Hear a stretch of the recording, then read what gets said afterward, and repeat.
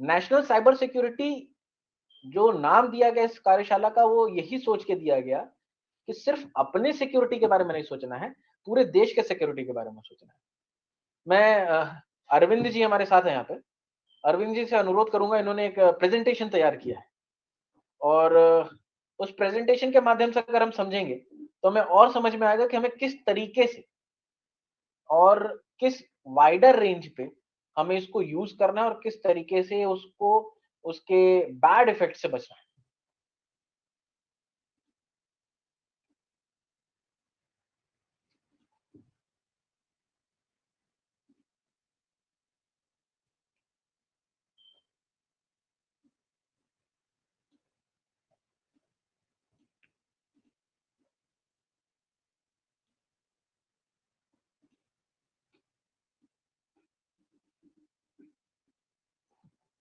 जी start करूँ? एकदम। जी सभी लोगों को सादर नमस्कार। ये प्रेजेंटेशन बनाई गई थी सोशल मीडिया का उपयोग और दुरुपयोग। इसमें कुछ चीज़ें कवर करने की कोशिश की गई हैं, हालाँकि बहुत सी चीज़ें इसमें छूट गई होंगी। क्योंकि सोशल मीडिया का जो उपयोग और दुरुपयोग का दायरा है, वो बहुत ही ज़्यादा व्यापक है।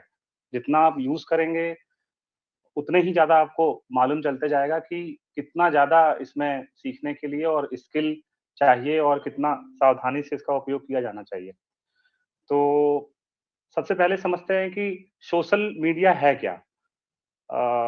ये एक बड़ा कॉमन सा चीज़ है, हर कोई आजकल सोशल मीडिया का लगभग उपयोग कर रहा है, ख़ास तौर पे सभी यंगस्टर्स तो यूज़ करते ही हैं।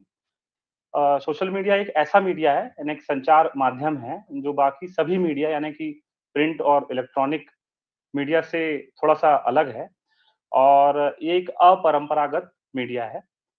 और इस मीडिया में सोशल मीडिया से हम इंटरनेट के माध्यम से एक वर्चुअल वर्ल्ड बनाते हैं। यानी कि जो आपका समाज है, जो आपका एक परिवेश है, जिसके इर्द-गिर्द आप रहते हैं, उसका एक पूरा वर्चुअल वर्ज़न कि अ, आप आपके दोस्त कौन से होंगे और आप क्या खाना खाते हैं, कहाँ घूमने जाते हैं, कौन-सा खाना आपको पसंद है, ये सब अगर बताते हैं अपने समाज मोहल्ले में, वो एक मीडिया का उपयोग करके, एक इंटरैक्टिव माध्यम का उपयोग करके आप बताते हैं। जो बताने की जो विधि और तकनीक और प्रौद्योगिकी है, उस जो मीडिया का उपयोग होगा, वो सारी चीज़ें एक सोशल मीडिया, डिजिटल मीडिया के अंतर्गत आएँगी। इसमें प्लेटफ़ॉर्म के तौर पे आप देख सकते हैं फ़ेसबुक है, ट्विटर है, इंस्टाग्राम है और भी बहुत सारे जो व्हाट्सऐप हैं और नाना प्रकार के जो ऐप्स अभी डेवलप हो रहे हैं, तो ये चीज़। अब इसका जो ब्लॉक डायग्राम है, वो कैसे काम करता है, यानी कि काम कैसे करता है सोशल मीडिया, आप देखते हैं कि उसमें एंटरटेनमेंट भी होता है, एजुकेशंस भी है, इन्फॉर्मेशंस भी है, सारे सामाजिक सरोकार के मुद्दे भी जुड़े हुए हैं, आपका हालचाल भी है। तो ये एक मैंने एक थोड़ा-सा एक डायग्राम है जिसमें एक क्लाउड सर्विसेज़ है। कल मैं गिरीश नाथ झा सर का व्याख्यान सुन रहा था, उन्होंने कहा था कि अपनी चीज़ें जो हैं वो क्लाउड पे रखने से बचनी चाहिए। उसका कारण ये है कि क्लाउड पे रख रहे हैं यानी कि उनके सर्वर पे आप अपनी चीज़ों को अपलोड कर रहे हैं, आप वहाँ पे सुरक्षित रखने का प्रयास कर रहे हैं। वो सुरक्षित हैं, मैं ये नहीं कहता कि नहीं सुरक्षित हैं, लेकिन उसका एक्सेस तो उस कंपनी को है।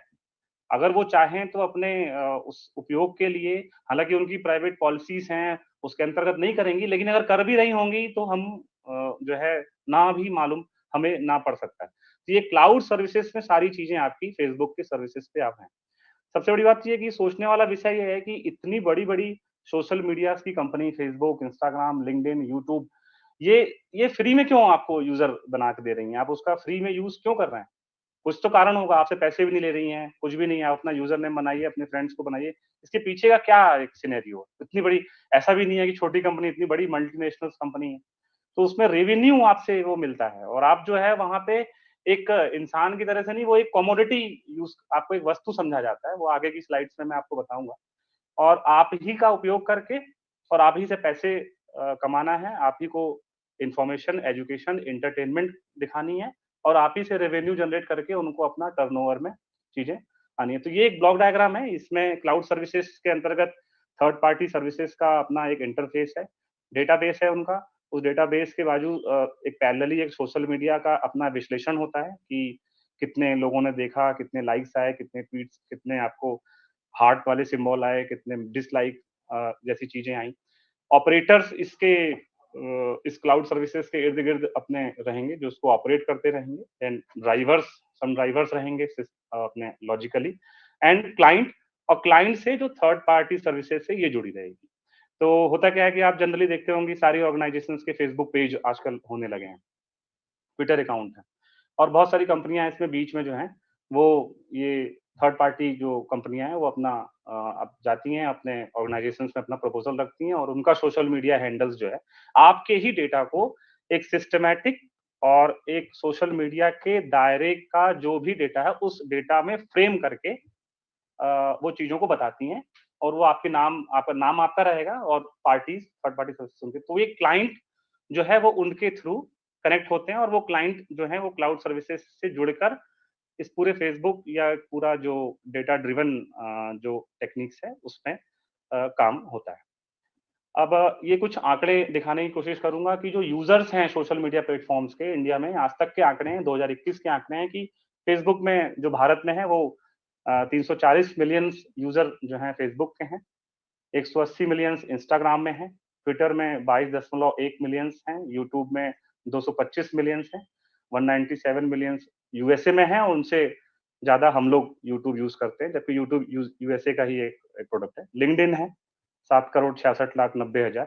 इतने प्रोफाइल्स 2021 में हमारे यहाँ यूज होते हैं, और इसलिए कहा जाता है कि जो भारत है वो दुनिया का सबसे बड़ा दूसरा ऑनलाइन मार्केट है चाइना के बाद, जिसमें 900 मिलियन यूजर्स जो हैं वो इंटरनेट के हैं भारत में। अब इसकी जो भूमिका है, जो जैसा कि टॉपिक है कि सोशल मीडिया की जो भूमिका है वो सकारात्मक भी होनी चाहिए, होती है, और नकारात्मक भी होती है। और जैसे किसी व्यक्ति, संस्था, समूह और देश को यदि आर्थिक, सामाजिक, सांस्कृतिक, राजनीतिक रूप से समृद्ध बनाया जा सकता है, तो उसमें सबसे ज़्यादा जो प्रॉम्प्ट काम करेगा वो सोशल मीडिया काम करेगा। चंद सेकंड में आपकी बातें पूरे विश्व में जा सकती हैं। इससे आप जनमत निर्माण कर सकते हैं और आप लोकप्रिय हो सकते हैं। यदि आपके अंदर एक किसी भी प्रकार की अच्छी स्किल है, यदि आपके अंदर आप सक्षम हैं चीज़ों को बताने में, प्रचार करने में, तो आप बहुत अच्छे से लोकप्रिय हो सकते हैं। जनमत निर्माण में इसका सबसे ज़्यादा उपयोग किया जाता है।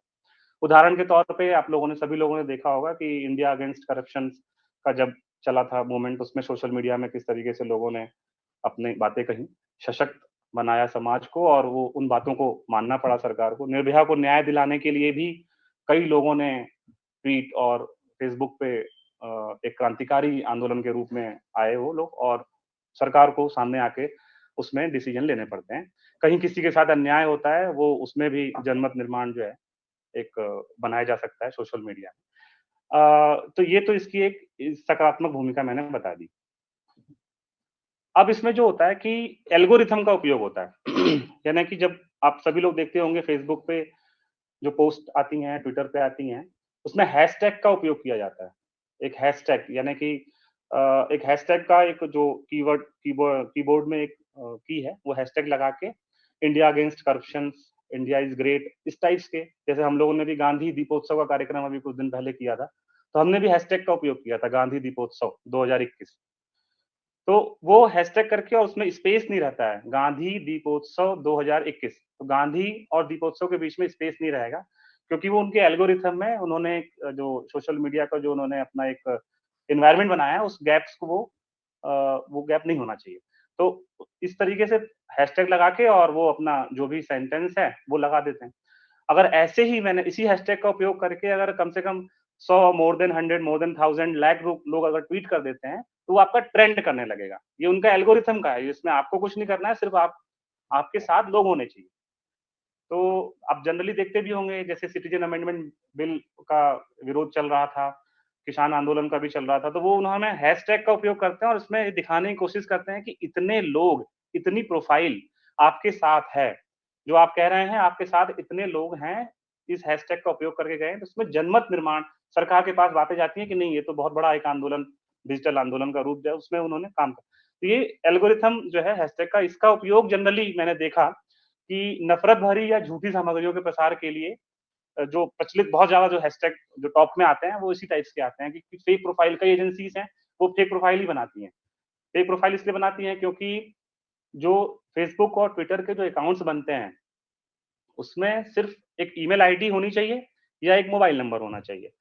और वो डेटाबेस उनका उस पॉलिसी में ही लिखा है कि 30 दिन तक रहता है। सपोज़ मैंने आज ही एक फेक प्रोफाइल बनाई और एक नंबर मैंने डाल दिया, उसमें ओटीपी आ गया, देन वो नंबर से कॉन्फ़िगर करके वो प्रोफाइल आपकी बन जाएगी। मैंने कोई अपराध कर दिया और वो अपराध करने के बाद मैंने उसको डिलीट कर दिया तुरंत।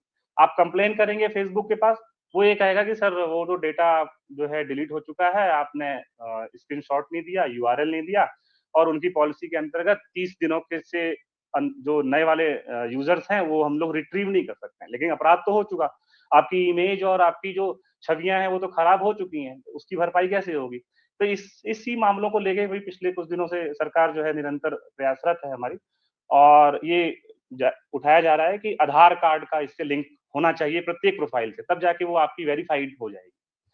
एक वेबसाइट है पॉलिटिको जो उन्होंने यूरोपीय आयोग एक उन्होंने अपना बनाया था कि दुष्प्रचार संबंधी जो 2018 में ही उन्होंने कोशिश की थी और हम लोगों ने भी अभी जो है 3-4 महीने पहले एक हमने भारत सरकार ने इसको पूरा वेरिफाइड करने के लिए और एक चिन्हित करने के लिए अपनी कदम उठाई है किंतु उससे सोशल मीडिया कंपनियों के रेवेन्यू में फर्क पड़ेगा, इसलिए वो उन्होंने अभी तक बातें नहीं मानी है, वो अभी कोर्ट में अपनी दुहाई दे रहे हैं।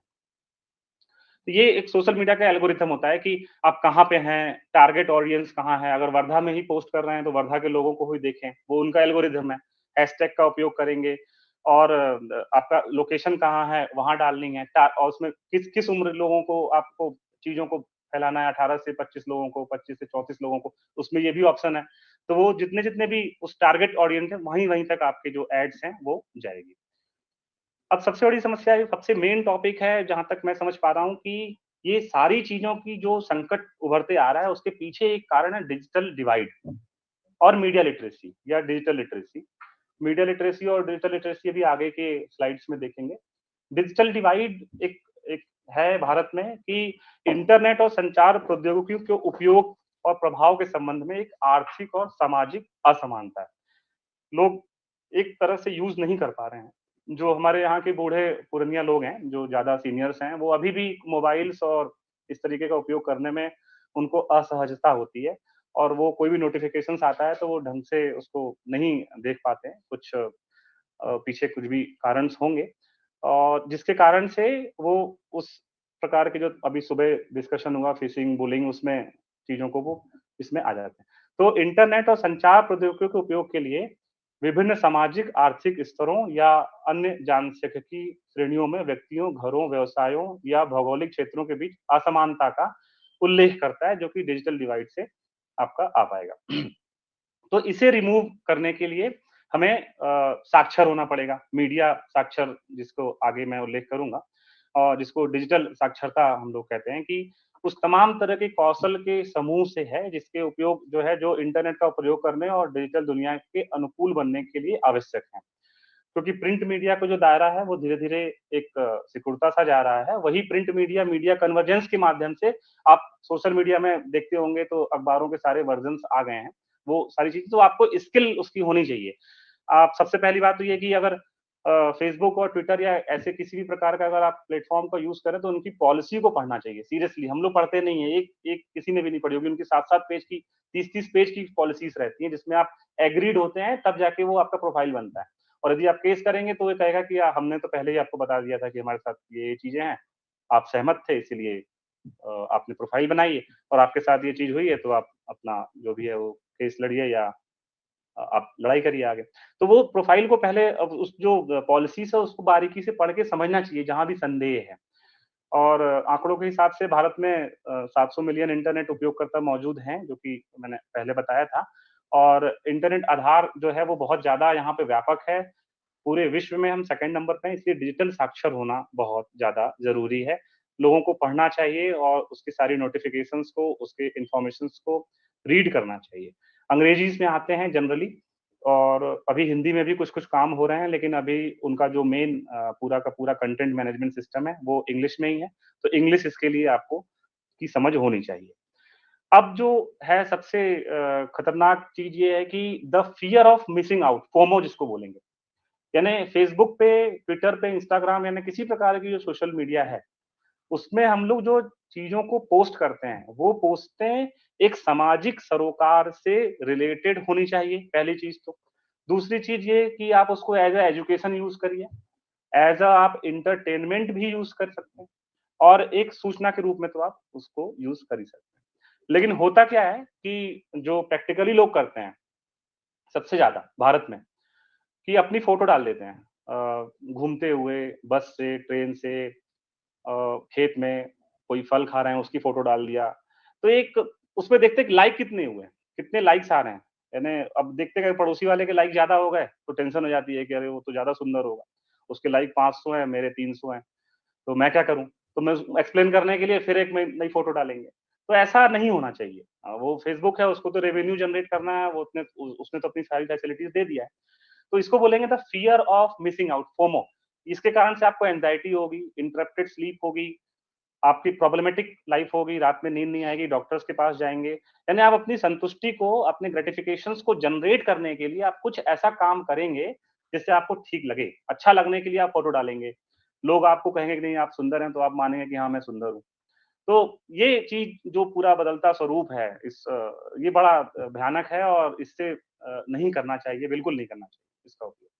अब काइंड्स ऑफ फोमो जो है, फियर ऑफ मिसिंग आउट के, वो एबिलिटी ये कि मैं जो है वो एबल नहीं हूँ पॉपुलर। अगर मेरे अंदर डर है कि मैं पॉपुलर बनने लायक नहीं हूँ, तो मैं कुछ ऐसा काम करूंगा कि मैं पॉपुलर हो जाऊं। भले से उसमें कुछ भी मैंने वीडियो डाल दिया, अश्लील वीडियो डाल दिया, खराब वीडियो डाल दिया, आपको लाइक मिलेंगे उसमें ज्यादा, तो आप पॉपुलर हो जाएंगे। तो ऐसी पॉपुलैरिटी से कोई मतलब नहीं है, और ये एक गलत दिशा है उस सोशल मीडिया को उपयोग करने की। दूसरा है fear of missing the ability to be interesting. यानी आप उसमें रुचि लोग हो, यानी आप जो कुछ डाल रहे हैं वो रुचिकर हो। अब रुचिकर नहीं है तो उसको आप फिर डालेंगे, उसको आपको टेंशन हो जाएगी। ये भी एक FOMO, fear of missing the ability to get the right interpretation.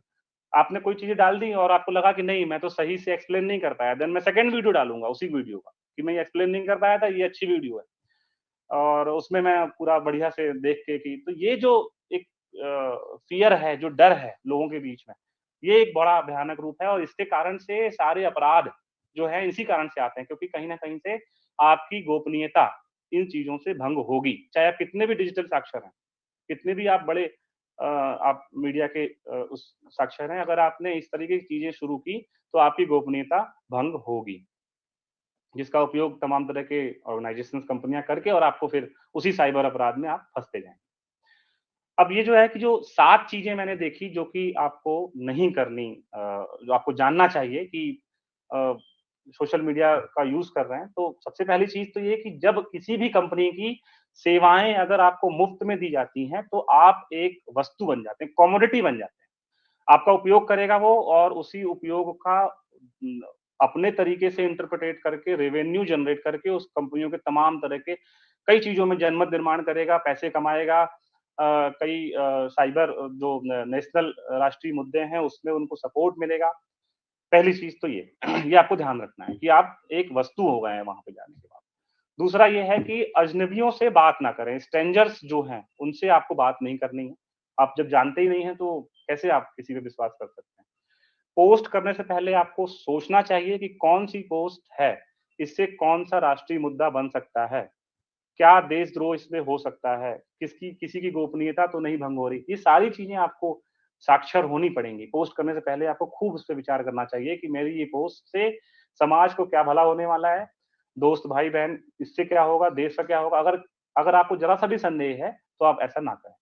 आपकी डेटा गोपनीयता की कमजोर कड़ी आप हैं। यानी आप जो भी आप, वही मैंने बताया कि जो भी आप करेंगे, वो सारी कॉन्फिडेंशियलिटी आप जो फोमो के डर से आप कर रहे हैं कि नहीं पड़ोसी सुंदर है कि मैं सुंदर हूँ, उनकी पत्नी सुंदर है कि मेरी पत्नी सुंदर है, इस चक्कर में अगर रहेंगे तो आप कहीं न कहीं से गोपनीयता अपनी भंग करेंगे, और जो कि आपके लिए ही वो सारी चीज़ें आपके लिए दुखदायी होगी। जीवन की सामान्य गतिविधियों को बहुत आकर्षक रूप में भी ना साझा करें, जो रियल है वो बता दीजिए अगर बताना चाहते हैं तो। उससे क्या प्रभाव पड़ रहा है, उसको बढ़ा-चढ़ा के और बहुत उसमें इंटरप्रिटेशन करने की आवश्यकता नहीं। सोशल मीडिया पे ज़्यादा समय ना बिताएँ, क्योंकि वर्चुअल है, ज़्यादा आप समय बताएँगे, किसी न किसी प्लेटफ़ॉर्म का उपयोग करेंगे, और जिससे आप बहुत ज़्यादा एंग्ज़ायटी और सारी चीज़ों में हो सकते हो। और जब भी आपको संदेह हो, तो उस सोशल मीडियाज़ की जो पॉलिसीज़ है, उस पे आपको विचार करना चाहिए। अब अभी अपर्णा जी ने कुछ प्रोफ़ाइल्स बताई थी कि कैसे फेक प्रोफाइल्स हैं।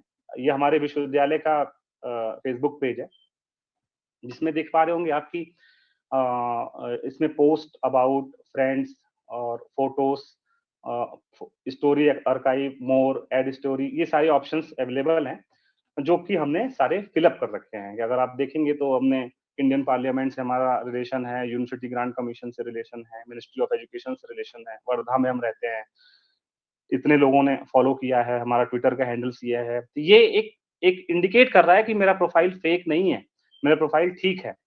और इसको मैं वेरीफाइड भी करने के लिए एप्लीकेशंस भी हम लोगों ने दिया है फेसबुक की तरफ से, तो यहाँ पे ब्लू टिक कर दें। कभी भी ध्यान रखिएगा, फेसबुक जो है प्रोफाइल नहीं वेरीफाइड होती है, पेज वेरीफाइड होता है। जी हमारा ये पेज है।